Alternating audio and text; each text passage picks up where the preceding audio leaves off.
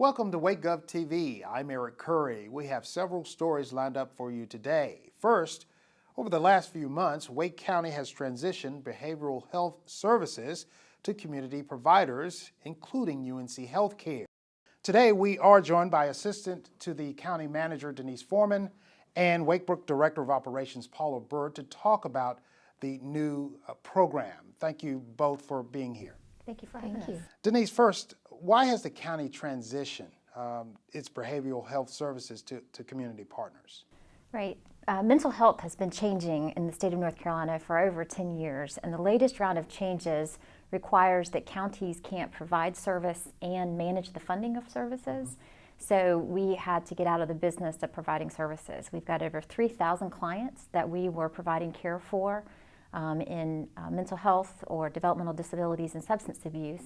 And we have worked with a group of stakeholders for over a year to transition them safely and effectively over to private providers. And this transition includes a competitive bidding process. What has been some of the criteria used to select these providers?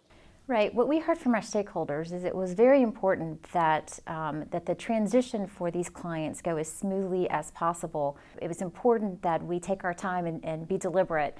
So we went through a competitive process to make sure that we could find providers that could deliver the quality of care and the types of care that our clients were accustomed to receiving from Wake County. And so I think although the transition has certainly been difficult and one that required a lot of effort and planning, I think the outcomes are going to be very exciting for the community. We have brought in fantastic private providers that are new to the community, that are doing very progressive and exciting things. The linkages that Alliance Behavioral Health Care is going to be able to bring for the entire region, it won't be just of Wake County, it's Wake, Durham, Cumberland, and Johnston. So I think linking the services is going to be very exciting for our community. And then some of the fantastic things that UNC Healthcare is bringing to the table will help challenge some of our providers.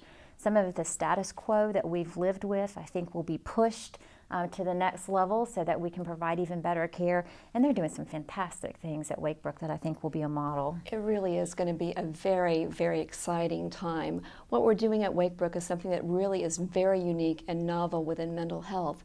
We're using more of a medical model where patients typically, when you go to a psychiatric hospital, you may stay for 2 or 3 weeks in one unit. With our integrated campus, we're going to be able to move patients quickly through the system, getting them to the lower level of care that they may need. Thinking about an ICU or a hospital, when you go to the ICU, you're only there till you're stabilized, then you step down to a step-down unit or intermediate care. We're going to use that same philosophy at WakeBrook so that we'll be able to use the beds and maximize the resources for all of our patients. Paula, can you tell us about the phased transition of services at WakeBrook? Back in October 2012, the Wake County Commissioners did approve for UNC to come in and operate WakeBrook facilities. Since then, we've had a transition of 4 programs. We've opened up our crisis and assessment program, up our facility-based crisis program, our inpatient psychiatric program there. And then we've also opened up an addictions treatment program. So it's all been going very well. What were some of the issues that county staff as well as the partners knew that you had to tackle in order to get to where we are today?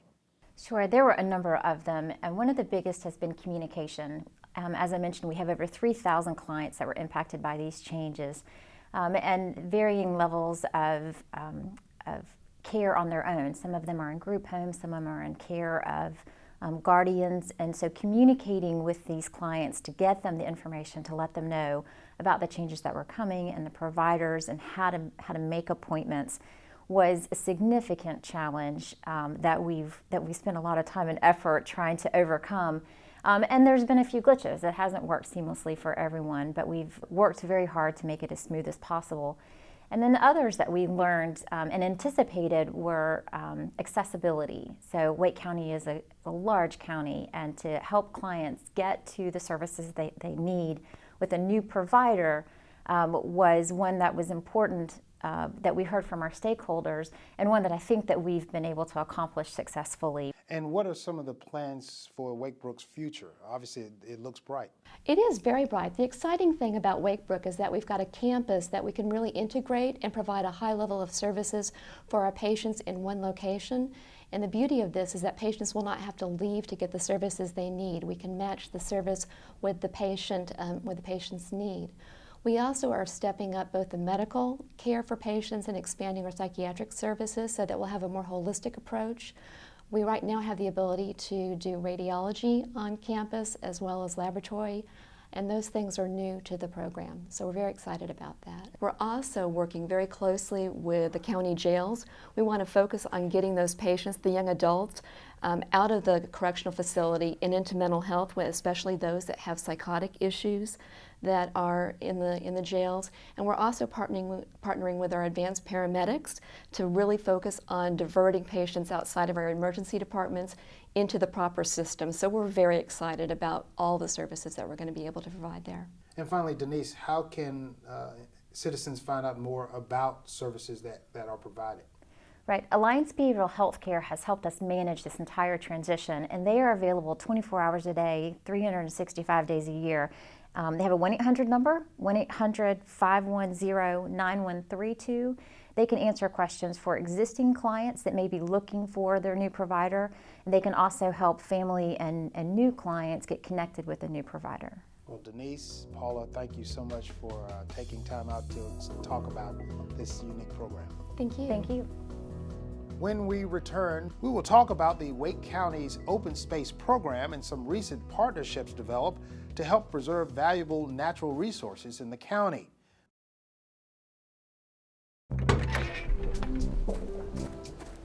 When you throw away money on wasted electricity, you're throwing away everything you could have bought with it. Saving energy saves you money.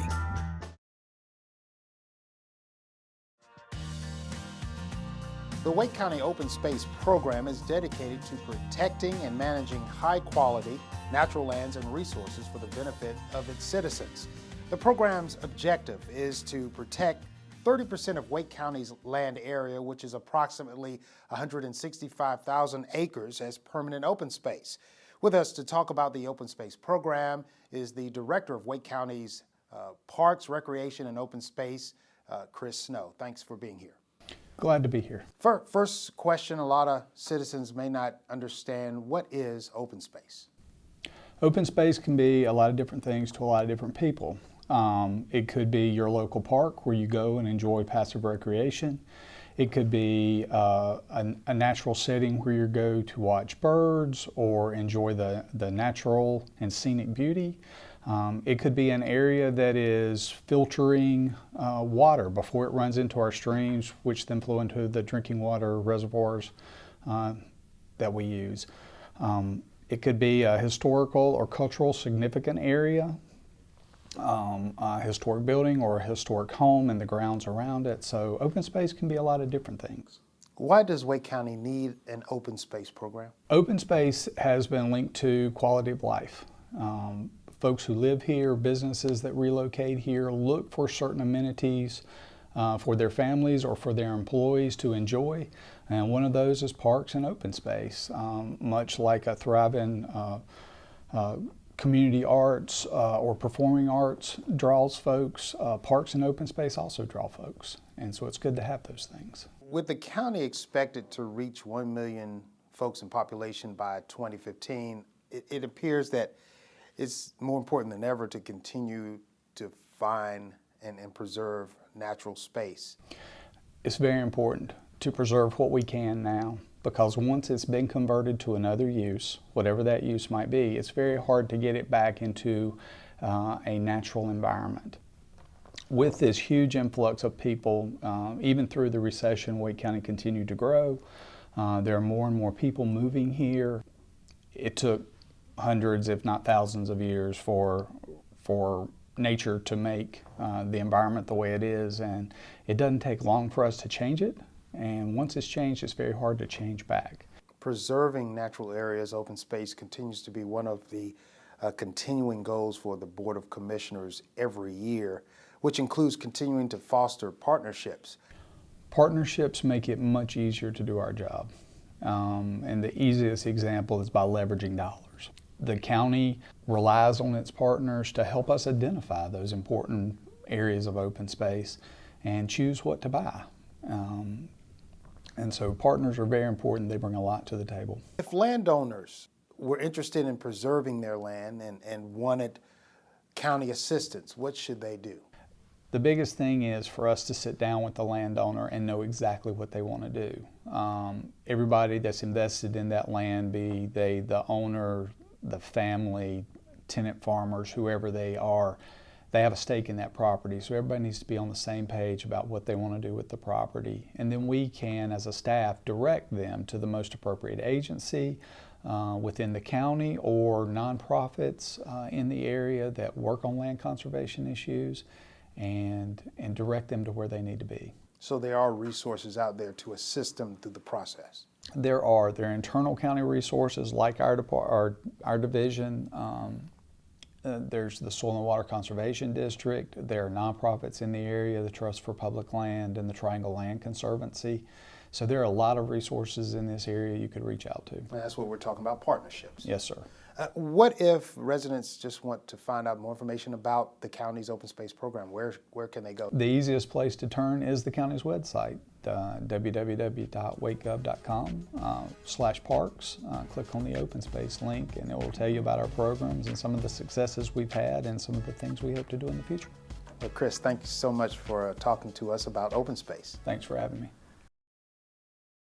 Packers, Vikings, Red State, Blue State. We come from different places. Uptown. But when we live united, we create real lasting change in the education, income, and health of our country. United. Real change won't happen without you. So give, advocate, volunteer, live united. Sign up at liveunited.org. Wake County commissioners and judges were joined by local dignitaries to celebrate the opening of the Wake County Justice Center on Monday, July 1st, 2013. Oh, say does that star-spangled banner yet wave? Oh, the land of the free and the home of the brave. With the culmination of this project, we are prepared to meet the justice needs of our rapidly growing county for the next 50 years. Abraham Lincoln said, "The best thing about the future is that it comes only one day at a time." This building will serve residents, businesses, and others of this great country and this county for many days, weeks, and months and years. I'm proud of this building and of all that it will include. I'm especially proud that it will not only meet the needs of Wake County today, but it will meet and continue to meet the needs for 50 years or more into the future. And it's in this future that we leave our enduring mark today. A future for Wake County that is bright and open like this building, built to meet the needs of the day as well as prepared for our children and our grandchildren. Clearly, your visionary, thoughtful, and deliberate leadership has culminated in one of the finest government and court facilities in the nation, and one that the citizens of Wake County can be proud of for decades to come. 3, 2, 1, cut!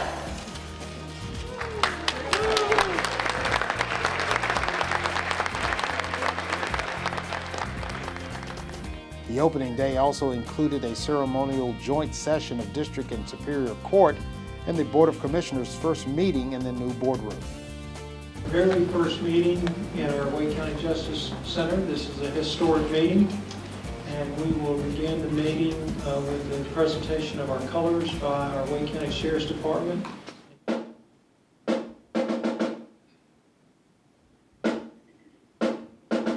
The Justice Center is a huge improvement and something that has been greatly needed for some time.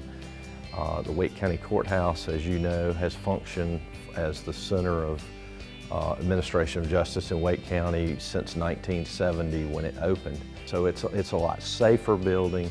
It's obviously more modern, more open with more elevators, escalators, natural light, all the amenities that make the building pleasant to be in, but also make it very functional, which was our primary goal in the design process. This building has been designed to meet the county needs for at least 50 years. It's also been designed with floor-to-floor heights from the floor to the ceiling to enable some of the upper floors that are now judicial offices to become courtrooms 30, 40 years down the road. The judicial staff could move to another part of the building and we could add additional courtrooms on various floors. So it could serve the county for 80 years. We've had a group of people that worked on the criminal justice master plan that dealt with all of the court facilities, detention facilities.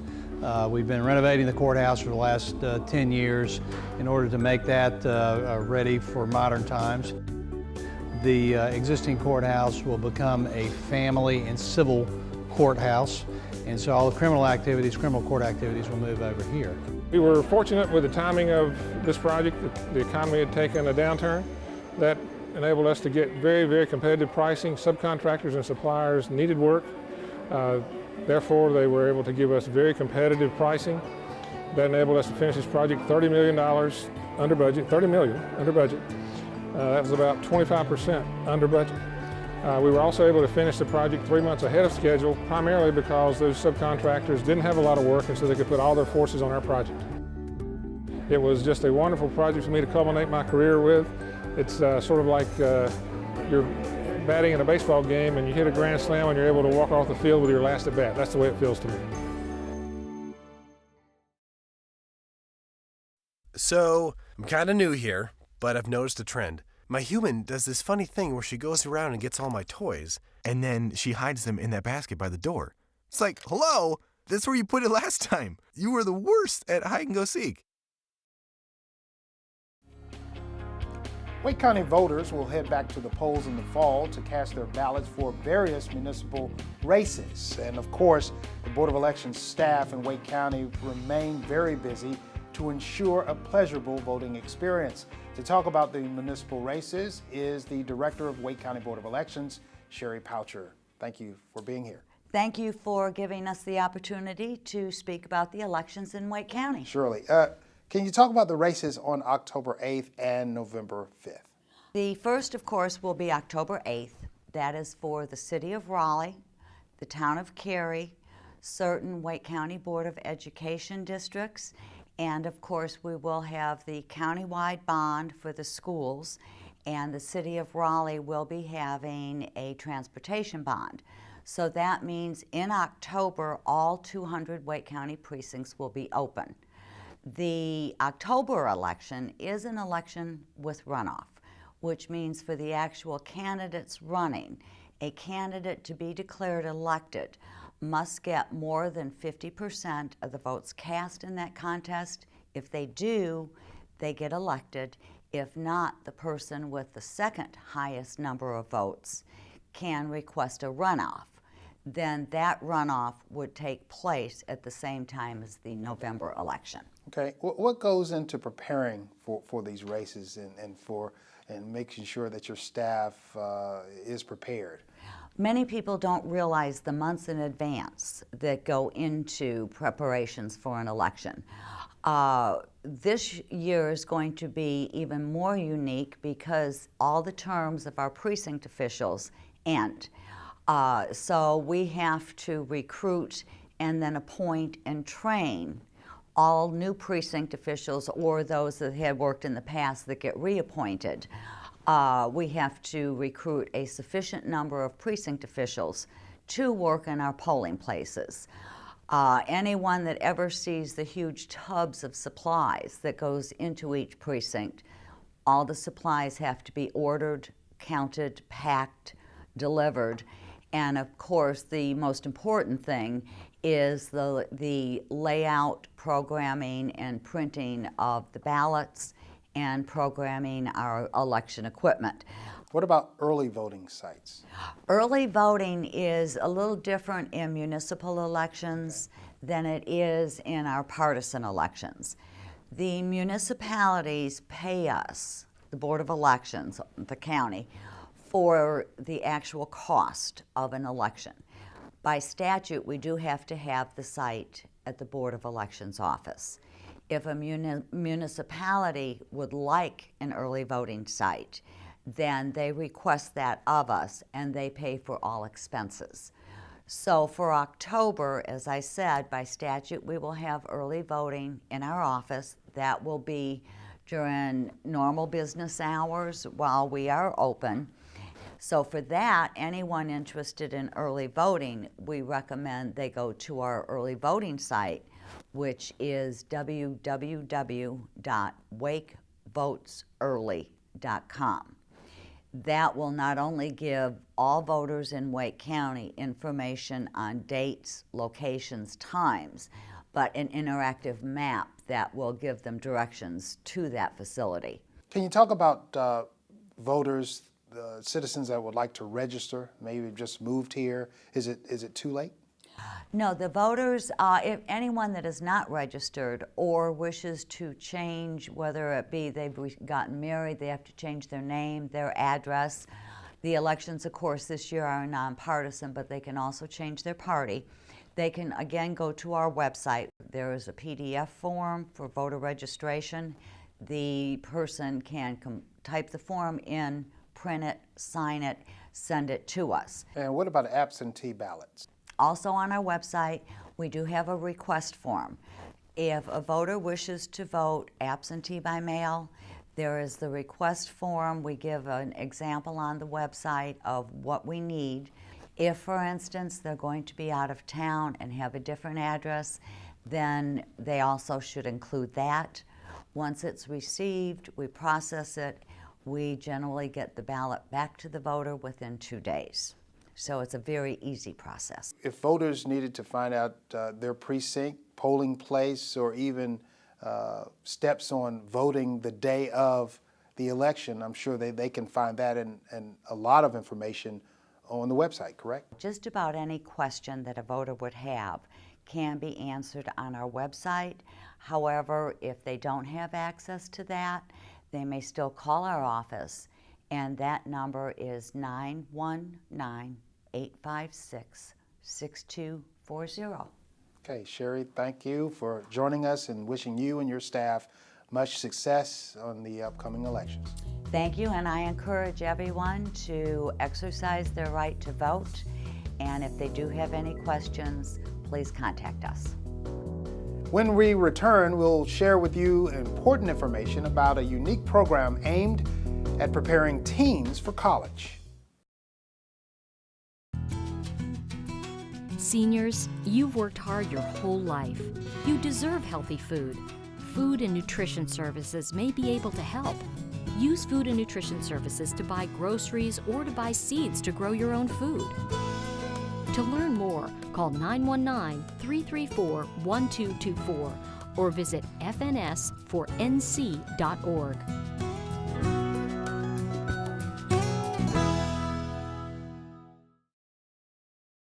It's never too early to get high school students to begin preparing for college. With me to talk about unique programs offered within the Wake County Public Library system is Adult Services Manager Andrea Perlstein. Can you tell us a little bit more about the series of programs offered that prepares teens for college?